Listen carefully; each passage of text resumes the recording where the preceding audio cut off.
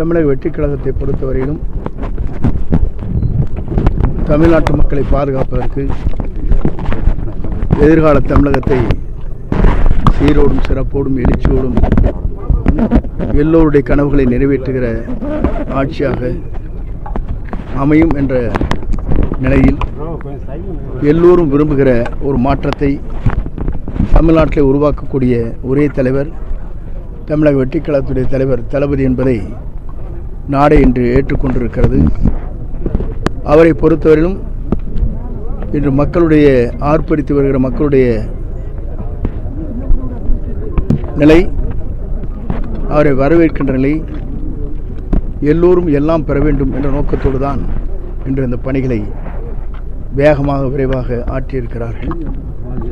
குறிப்பாக அவருடைய தொலைநோக்கு பார்வை என்பது தமிழகம் இந்தியாவிற்கு ஒரு முன்னோடி மாநிலமாக மேலை நாடுகளைப் போல உருவாக்க வேண்டும் என்ற நோக்கத்தோடு தான் அவர் அயராது இதற்காக உழைத்து வருகிறார். பல்வேறு இடர்பாடுகளுக்கிடையில் திரைப்படத்தில் 1000 கோடி வருவாய் வருவதை இழந்தாலும் கூட, சிபிஐ இருந்தாலும் கூட,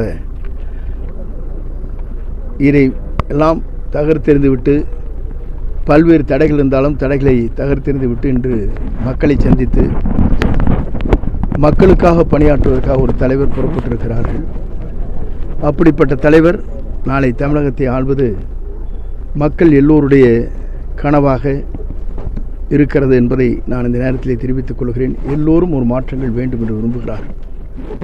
18 வயதிலிருந்து 40 வயதிலே இருக்கின்றவர்கள் 90% முழுமனதாக அவர் வர வேண்டும் என்ற கனவோடு இன்று தங்களுடைய வாக்களை அளிக்கிருக்கிறார்கள். அதற்கு மேலே இருக்கின்ற பெரியவர்கள், அதற்கு மேலே இருக்கின்றவர்கள் அத்தனை பேருமே இளைஞருடைய உணர்வுகளை புரிந்து கொண்டு அவருடைய எதிர்காலத்தை மனதிலே கொண்டு பெற்றோர்கள், பெரியவர்கள் அனைவருமே ஒரு ஆட்சி மாற்றம் வர வேண்டும் என்ற நோக்கத்தோடு அவர்களும் இன்று வாக்களிப்பதற்காக இங்கே வருகை தந்து மாபெரும் வெற்றி ஈட்டித்தர வேண்டும் என்ற நோக்கத்தோடு எல்லோரும் இங்கே வருகை தந்து சிறப்பான முறையில் வாக்களிக்க இருக்கிறார்கள். ஆகவே நம்முடைய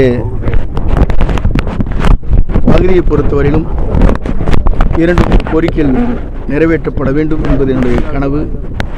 அந்த கனவின் அடிப்படையிலே தான் தமிழ்நாட்டில், அதுவும் குறிப்பாக ஈரோடு மாவட்டத்தை 2ஆக பிரித்து கோபிச்செட்டிப்பாளையத்தை தலைநகரம் ஆக்க வேண்டும் என்பது என்னுடைய நீண்டகால கனவு.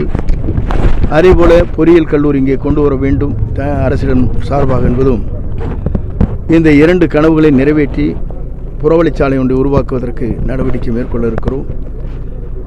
தமிழ்நாட்டிலே வாழ்கிற மக்கள் அத்தனை பேருடைய எண்ணங்கள், நாம் உயிர் வாழ்வதற்கு குடிநீர் முக்கியமான ஒன்று, அதிலே மாசுபடியாமல் இருக்க வேண்டும் என்பதுதான் நம்முடைய எண்ணம்.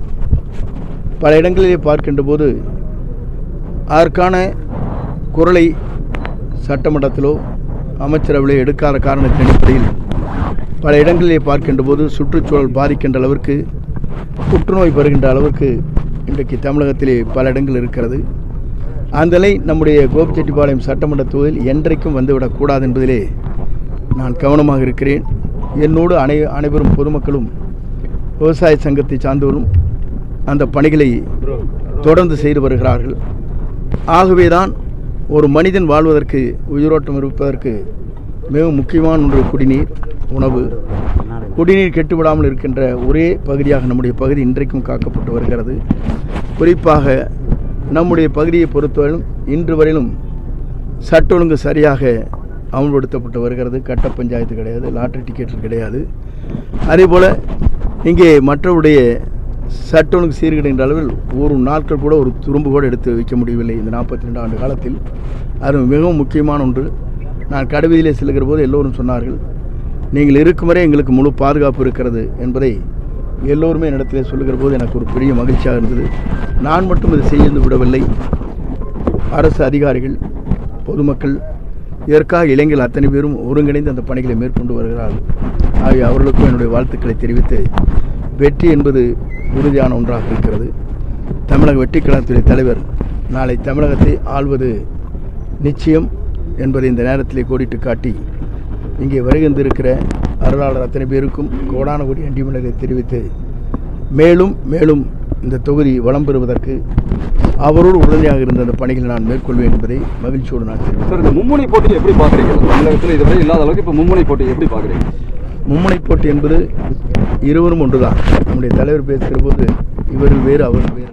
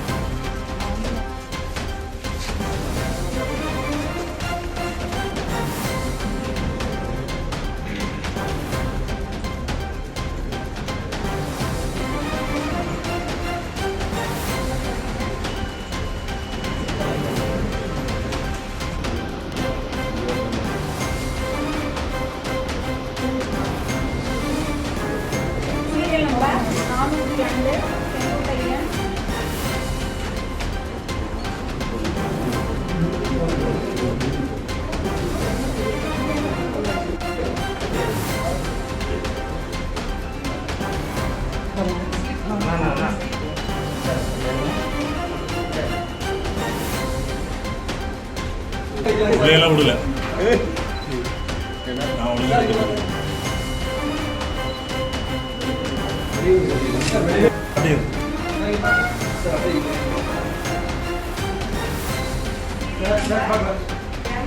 Sorry,